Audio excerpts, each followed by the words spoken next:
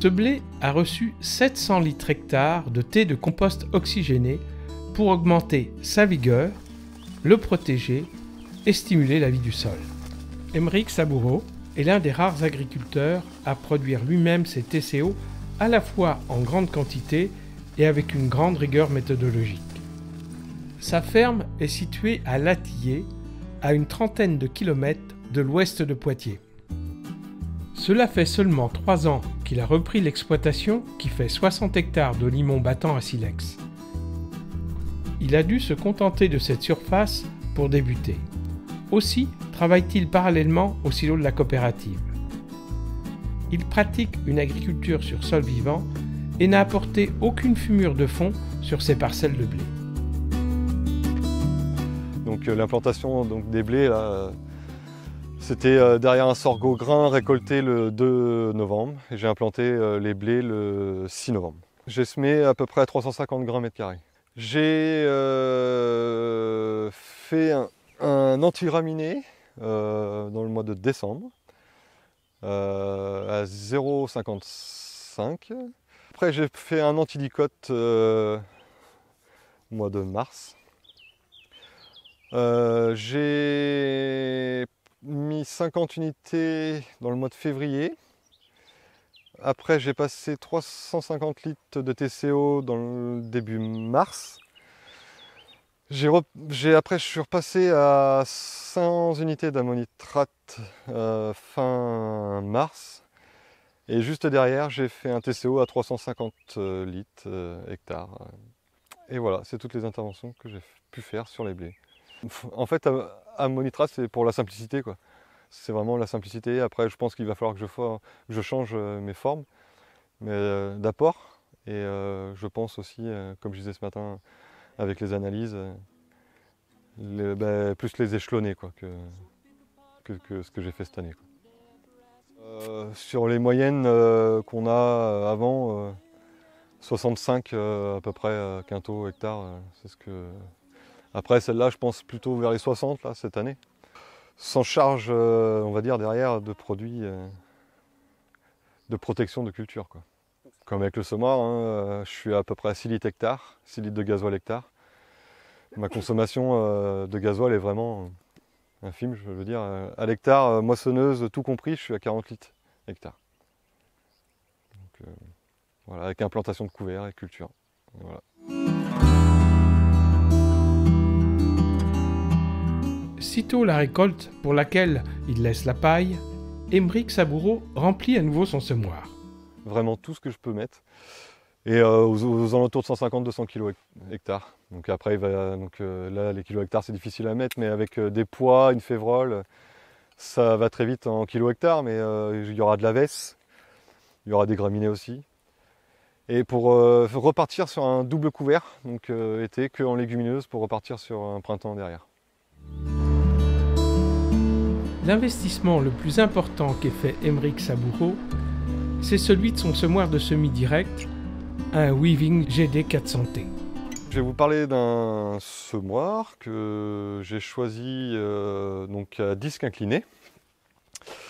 Par rapport à ma façon culturale, en faisant des gros couverts, un disque est toujours mieux qu'une dent. La dent va avoir tendance à bourrer alors que le disque va plutôt découper le couvert. Et je voulais plutôt un semoir à disque car chez moi en limon battant avec des terres à silex, on aurait remonté beaucoup trop de cailloux. Donc ça n'aurait pas été le top pour moi vis-à-vis voilà, de la culture après. Donc j'ai choisi ce semoir. Donc, pour moi il est très polyvalent.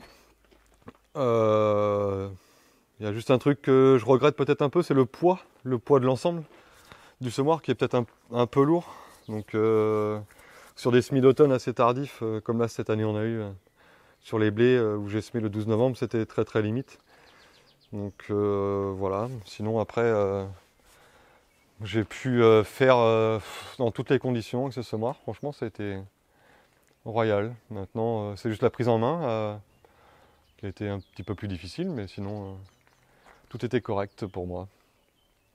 Voilà, donc comme on peut voir là, les disques s'inclinent dans ce sens-là. Donc ça suit vraiment le relief du terrain.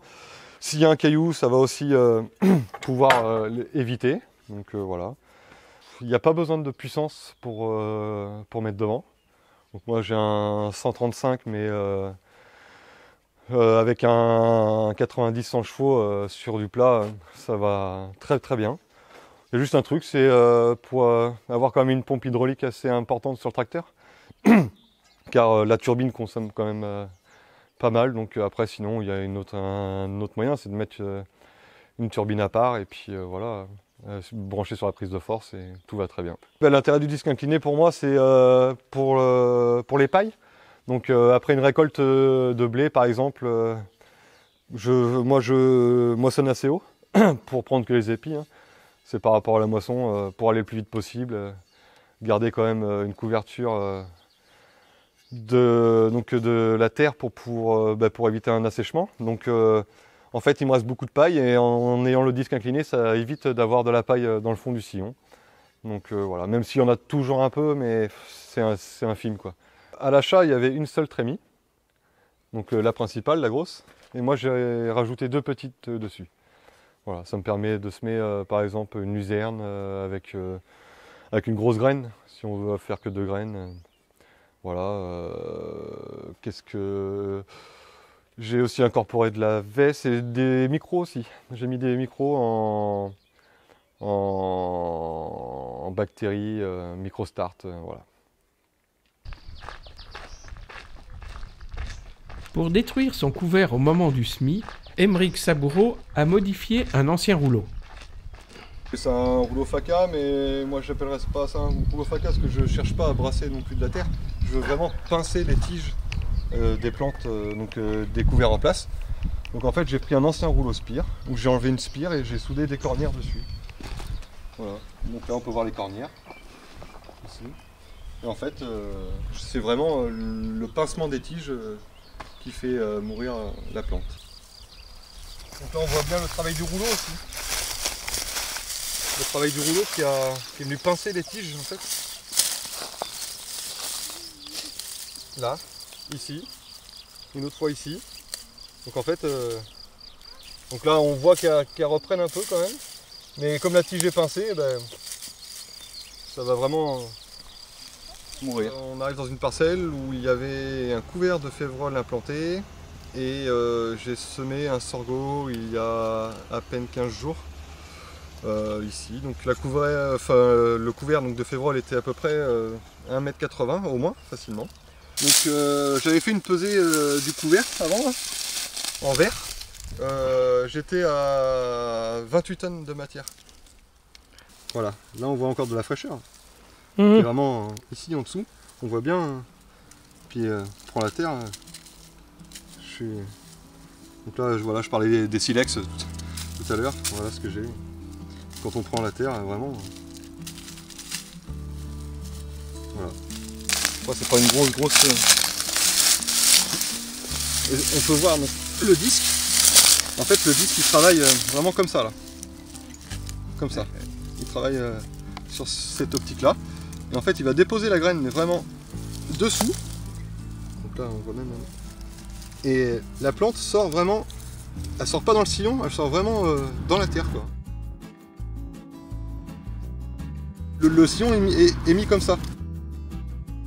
On peut voir le sillon à côté du disque et la plante qui sort vraiment à la verticale, quoi. Voilà. Ce qu'il y a de particulièrement nouveau dans la méthode de culture d'Aymeric Saboureau, c'est l'usage du thé de compost oxygéné, autrement dit du TCO, qu'il applique sur ses cultures. Il fait des préparations variables en fonction du stade de la culture. Nous le retrouvons devant son bioréacteur dans lequel il fabrique son TCO. Au tout départ, donc, par exemple on va prendre la culture d'un blé avec un couvert avant par exemple. Au tout départ je vais plus aller sur les bactéries pour pouvoir faire un biofilm sur la plante et l'aider à faire un biostimulant en fait au tout départ. Et après, je vais plus aller sur les champignons. On peut passer une fois à l'automne quand il a 3 feuilles en fait. Voilà, quand il a 3 feuilles, on peut y passer. Donc ce qui serait bien, donc après il faut avoir des températures idéales pour le mettre. Donc une dizaine de degrés, donc il ne faut pas trop être non plus tard dans l'automne, parce qu'on n'aura plus ces températures-là. Et il faut vraiment un effet brouillard pour vraiment, quand on pulvérise, toucher le dessous et le dessus des feuilles, enfin vraiment partout sur la plante, quoi. On va revenir sur le printemps, c'est là où on va pouvoir avoir des températures idéales, enfin un temps idéal pour venir pulvériser. Je refais un TCO de bactéries que je retourne pulvériser. Et là, on voit un effet quand même, grâce à des analyses de sève sur le blé, on voit un effet où tous ces micro-organismes permettent à la plante d'aller chercher vraiment les nutriments qu'elle a besoin. Et comme ce que j'ai pu voir cette année, en fait, ça a vraiment tout réaligné. Il y a juste deux, trois choses comme le molybdène où j'ai pas pu aller le chercher, mais tous les autres éléments nutritifs, vraiment, ça a vraiment venu. J'aide la plante à aller chercher les éléments, mais en même temps, j'en pulvérise aussi sur le sol. Et en sachant que moi, sur mon sol, c'est un sol qui est toujours couvert, donc j'ai toujours des végétaux dessus. Et c'est pour ça que je reviens après avec des champignons. Parce qu'un champignon, entre autres le trichoderma, va aider à la décomposition de toutes ces pailles qui sont restées sur le sol. Et un champignon, il a besoin de chaleur pour pouvoir... Chaleur et ombre quand même. Enfin, faut quand même qu'il soit un peu à l'ombre, enfin voilà, pour pas qu'il grille, pour l'apporter sur mes pailles, sur mes pailles qui sont restées au sol, pour pouvoir aider à la dégradation des pailles. Et en même temps faire un réseau trophique qui va aider aussi toutes ces bactéries, tous ces éléments à venir créer une chaîne qui va venir sur les racines des plantes. L'année dernière, j'ai fait des bandes, donc des bandes témoins directement sur un blé, donc avec soit 0 passage, 1 passage, 3 passages et 4 passages, à 150-160 litres hectares. Je passais. Sur mes bandes 0, j'avais de la maladie, sur mes blés. Après, sur mes bandes 3 et 4, un effet visuel, franchement, c'était vert, alors que l'autre, c'était pas vert. Une plante en bonne santé. Quand j'ai fait mes analyses de sève, j'ai pu remarquer que toutes mes feuilles de blé étaient vraiment toutes en bonne santé, en bonne forme. Elles étaient toutes vertes, mais de la dernière à la première, quoi. Enfin, c'était vraiment impressionnant. Les maladies n'arrivent pas à venir au contact de la feuille, car on crée un biofilm sur les feuilles. Donc ce biofilm fait par ces bactéries permettent aux champignons de ne pas venir adhérer et se faire manger directement par les autres champignons qu'on met dedans en même temps, qui sont bénéfiques pour les plantes.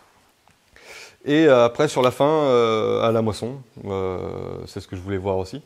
Alors, le rendement, ça a été difficile à estimer parce que je l'ai fait avec la moissonneuse, voilà. Mais à peu près, donc au minimum 200 kg hectare en plus. Mais ce que j'ai pu retrouver, c'est 1 point de protéines en plus quand même.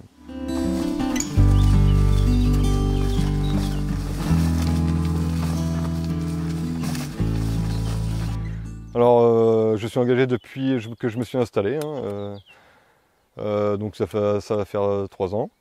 En sachant qu'avant j'avais beaucoup réfléchi à ça quand même, j'ai regardé beaucoup, sauf que j'avais pas l'opportunité de m'installer. Donc voilà, quand j'ai eu l'opportunité, je l'ai mis en place directement. La raison, c'est de prendre soin de mes sols, de la biodiversité, et pouvoir profiter de cette nature, quoi, en fait. Voilà, sans pour autant faire du tracteur. Voilà. Ah, déjà, il faut travailler tout de suite avec les couverts végétaux. Il faut tout de suite mettre les couverts végétaux en place. Et ça va être la base de l'agriculture de conservation des sols. En fait, il faut toujours avoir un sol couvert, quoi. Jamais nu. Ça, c'est la base. Après, le moins de produits phyto est pas mal aussi, hein. Ça permet de garder la biodiversité. Je parle hors sol et dans le sol aussi.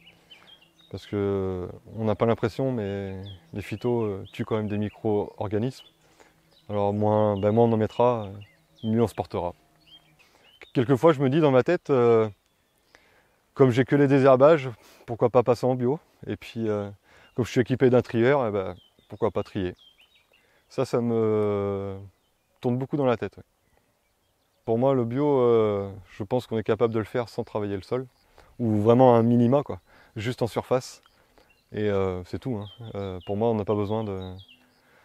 Et je pense que les TCO vont bien nous aider par rapport à ça. Avec l'enrobage de semences où on va gagner en germination, en pouvoir de boost en fait sur les semences. Et voilà, après je pense que si on a compris tout ça, même si on doit un peu trier, moi je suis équipé d'un trieur donc ça va encore, j'ai pas une grosse surface non plus, je pense que ça peut être faisable à mon échelle, quoi. Ouais, j'aimerais bien retrouver un petit peu plus de surface pour vivre de cette agriculture déjà, mais pas non plus à des échelles où je ne reverrai pas ma famille, quoi, par exemple. Donc voilà, je préfère aussi... je sais que ma femme me le répète un peu, mes enfants aussi. Je passe souvent du temps dans mes champs, de trop, vis-à-vis d'eux. Hein. Après, vis-à-vis de moi, maintenant, ça reste, c'est une passion. Donc voilà, quand on fait sa passion, on le vit, quoi, je veux dire. Donc voilà. Puis les TCO prennent beaucoup de temps, la mise en place. Voilà, quand j'ai commencé, ça m'a pris du temps quand même. Fallait tout étudier, fallait voir que tout, si tout fonctionnait bien. Donc voilà. Mais oui, non, voilà. M'agrandir, j'aimerais bien avoir le double, 120 hectares à peu près, même 140, ça serait bien. Voilà. Pour moi, je pense que c'est la surface idéale par rapport à ce que je veux plus tard, quoi. Voilà.